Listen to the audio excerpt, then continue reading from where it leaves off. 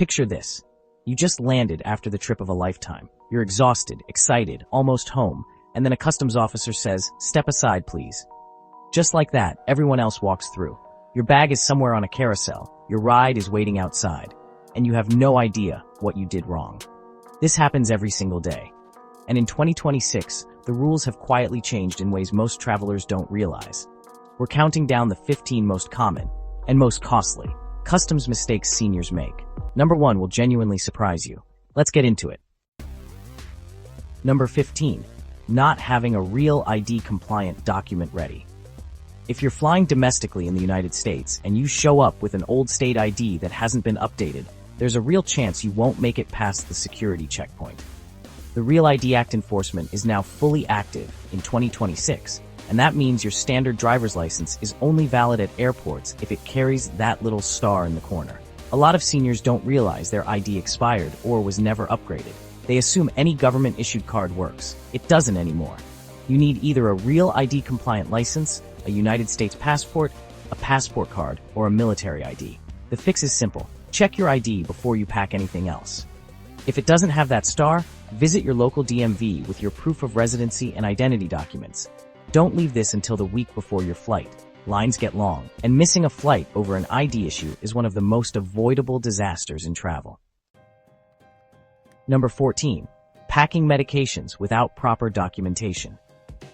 Medications are one of the most mishandled things seniors bring through customs, and it's completely understandable. When you take something every day, it feels as normal as packing a toothbrush. But to a customs officer, an unlabeled pill bottle or a foreign prescription raises immediate red flags. Here's what most people don't know. If you're carrying prescription medication, it should be in its original labeled pharmacy bottle. If you've combined pills into a weekly organizer, which is incredibly common, bring the original bottles or a printed letter from your doctor explaining what each medication is and why you take it. This becomes even more critical when traveling internationally.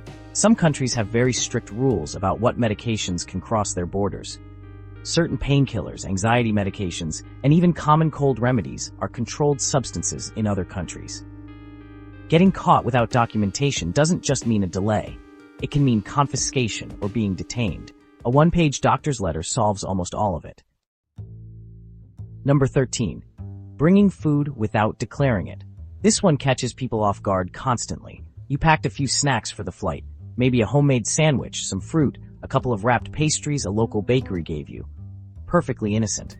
But when you cross an international border, food is one of the most heavily regulated categories in customs, and I didn't know is not a defense that works. The United States Customs and Border Protection has strict agricultural rules designed to protect American farms from foreign pests and diseases. Fresh fruits, vegetables, meats, and certain plant-based products are often prohibited or require inspection. Even sealed, commercially packaged food items from certain countries can be flagged. The golden rule is simple. When in doubt, declare it. The Customs Declaration Form has a checkbox for food items. Check it. Officers appreciate honesty far more than surprises. Declaring something you're not sure about almost never causes serious problems. Hiding it and getting caught is a completely different story. Number 12, filling out the Customs Declaration Form incorrectly. The Customs Declaration Form seems straightforward until you're jet-lagged, squinting at tiny text under dim cabin lighting, and filling it out 30 minutes before landing.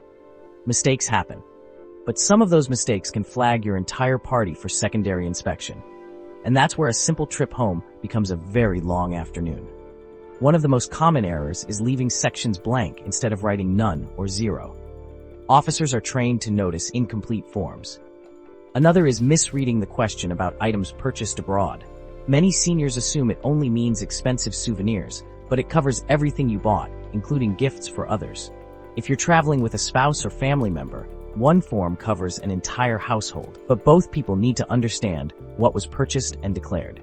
Sit down before you land, go through the form together, and be thorough. A completed honest form is your fastest ticket through that booth. Number 11, underestimating the $800 duty-free limit. Here's something that trips up a surprising number of travelers. The United States allows each returning resident to bring back up to $800 worth of goods duty-free. Sounds generous, right? The problem is that people misunderstand what counts toward that limit. and what happens when you go over it without realizing. Gifts count. Items you bought for other people count. Watches, jewelry, clothing, electronics, all of it adds up. If your total exceeds $800, you're required to pay duty on the difference. That's not a penalty, it's just the law. But if you deliberately underreport the value to avoid paying, that's where things get serious. The smarter move is to keep your receipts throughout the trip, add everything up honestly, and know where you stand before you land. If you're over the limit, declare it up front. Customs officers deal with this every day, and the process is straightforward when you're transparent. Number 10. Forgetting to declare cash over $10,000. This one has nothing to do with doing anything wrong, and that's exactly why it catches so many people off guard. If you are carrying $10,000 or more in cash, monetary instruments, or a combination of both when crossing a United States border, you are legally required to declare it. Not because it's illegal to carry that much, but because federal law requires it. What makes this tricky for some seniors is the family total rule. If you're traveling with a spouse or adult child, the $10,000 threshold applies to your group as a whole, not per person.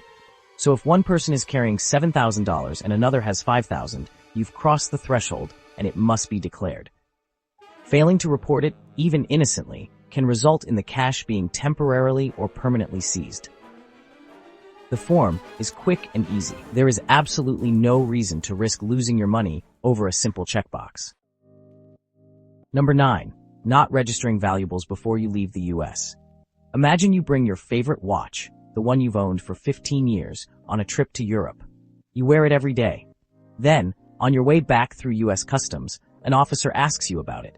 You say you've had it for years, but you have no proof. And now there's a question of whether you bought it abroad and are trying to avoid declaring it. This scenario is more common than most people think, and honestly, it's completely avoidable. Before you travel internationally with high-value items, expensive watches, cameras, jewelry, laptops, register them with CBP using Form 4457, Certificate of Registration. You can do this at the airport before you depart. It takes about 15 minutes. This form essentially proves that you owned these items before your trip. When you return, you present it, and those questions disappear instantly. It's one of the smartest, most overlooked travel moves seniors can make. Number 8. Mishandling mobility aids and medical devices at security. Traveling with a wheelchair, walker, cane, or medical device like a CPAP machine or insulin pump adds a layer of complexity to airport security that many seniors aren't fully prepared for. And honestly, the frustration usually comes not from the rules themselves, but from not knowing what to expect. Here's what the TSA actually says. Mobility aids cannot be refused at security, and you have the right to request assistance at any checkpoint. Wheelchairs and scooters go through screening, but you will not be required to give up your mobility device.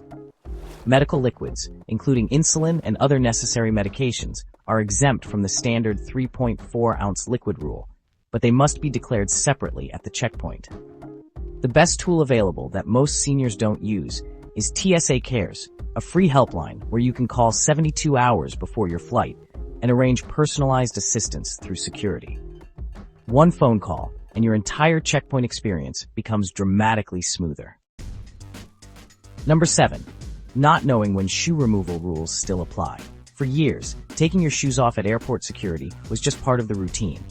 You learned the shuffle, belt off, shoes off, laptop out, liquids in the bin. But in 2026, the rules have shifted, and not everyone has caught up with the changes. TSA PreCheck members generally don't need to remove their shoes. Many airports with newer CT scanning technology have also relaxed the shoe rule for standard screening lanes. But, and this is important, it is not universal.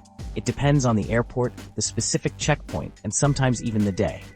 The mistake seniors make is assuming the rule either always applies or never applies anymore. The safest approach is to watch the signage at your specific checkpoint and follow the officer's instructions. Better yet, if you're not enrolled in TSA PreCheck, this is the year to do it. For seniors, the $85 5-year enrollment fee is genuinely worth every dollar. Number 6. Not understanding liquid rules and CT scanner exceptions. The 311 liquid rule has been around so long that honestly, most travelers know it by heart. Containers must be 3.4 ounces or less, all in one quart-sized clear bag, and just one bag per person. Simple enough, right? But in 2026, certain airports have upgraded to CT scanners that change how liquids are screened. And well, this has created genuine confusion. At airports with CT technology, TSA has been piloting programs where passengers no longer need to remove liquids from their bags. However, this is not yet standard across all U.S. airports. If you travel assuming your airport has CT scanners and it doesn't, you'll be asked to repack, causing delays and honestly, a lot of frustration. The practical advice: always pack your liquids in the standard 311 bag regardless. It takes 30 seconds and protects you from any checkpoint, CT or not. And remember, medical liquids are exempt, but they still need to be declared at the checkpoint separately. Number 5. Thinking duty-free purchases don't need to be declared. The phrase duty-free sounds like it means free from all obligations, free from taxes, free from rules, free from paperwork. But that's a misunderstanding that costs travelers time and money every single day at customs. Duty-free simply means you didn't pay tax on the item in the country where you bought it.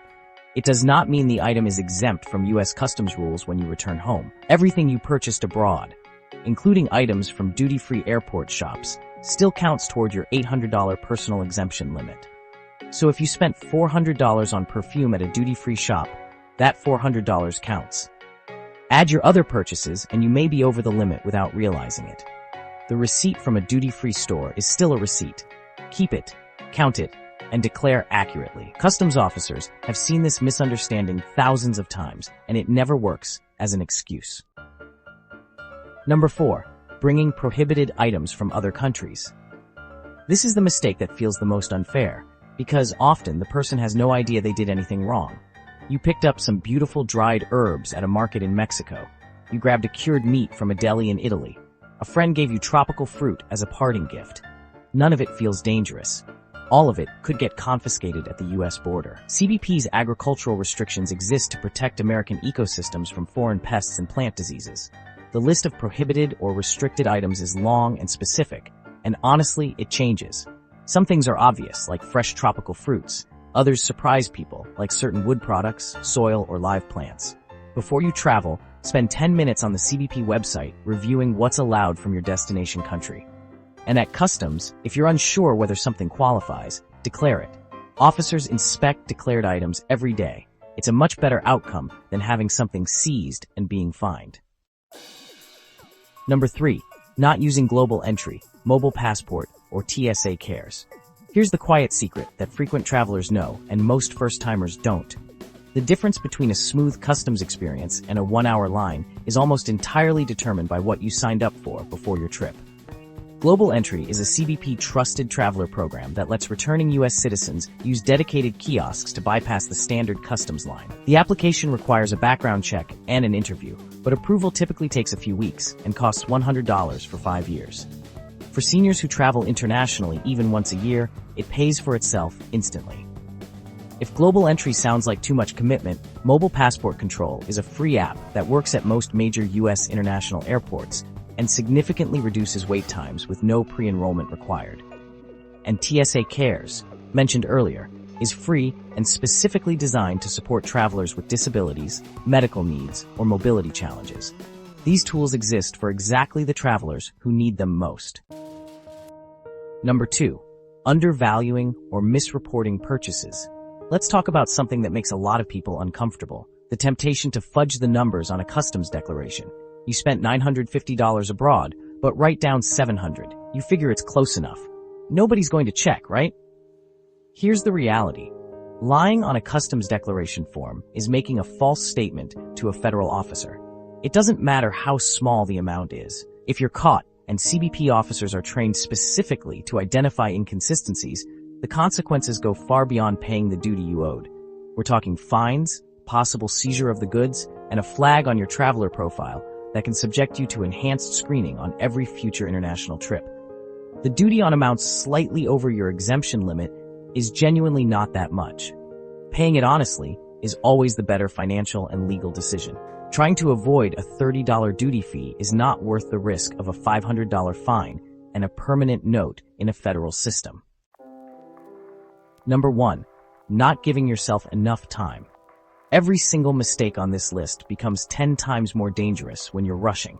And rushing is the one thing seniors, and honestly, all travelers, do most consistently wrong.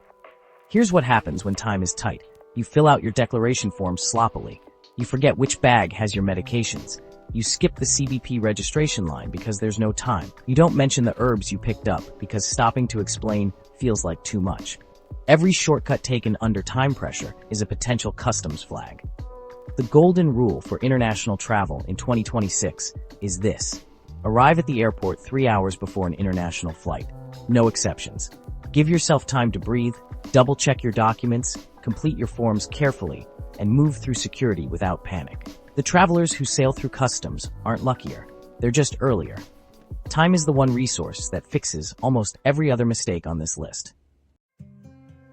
And there you have it, 15 mistakes standing between you and a smooth trip home. None of them are complicated, all of them are avoidable. The seniors who breeze through customs aren't doing anything extraordinary, they're just prepared. Before your next trip, run through this list.